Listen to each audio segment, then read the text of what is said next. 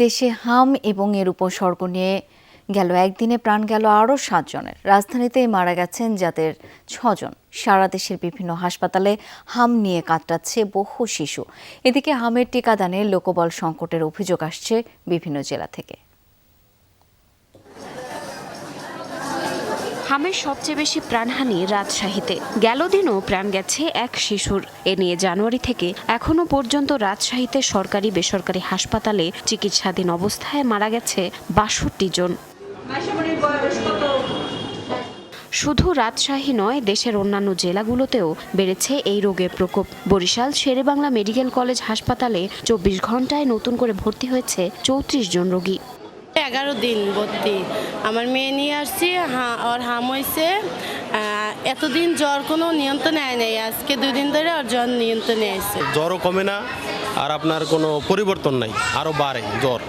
পরে ডাক্তার কাছে আবার নিয়ে গেছে, ডাক্তার বলছে যে আপনি তাহলে বরিশাল ভর্তি হন। আগে যদি 2 ডোজ দেওয়া থাকে সেখানে ওদের 60% কাভার হবে, আর এখন যদি এই বুস্টার ডোজটা দেওয়া হয় সেক্ষেত্রে ওদের 100% সিকিউরিটি থাকে।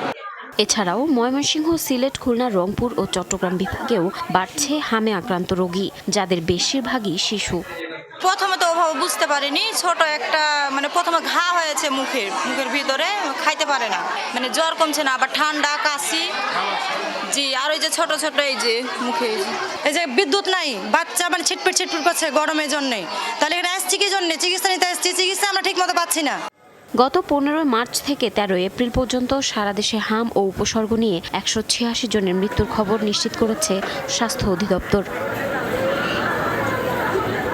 ঢাকাসহ 4 সিটি কর্পোরেশন এবং 30 উপজেলায় চলছে হামের টিকাদান কর্মসূচি। এতেও জনবল সংকটের অভিযোগ সংশ্লিষ্টদের।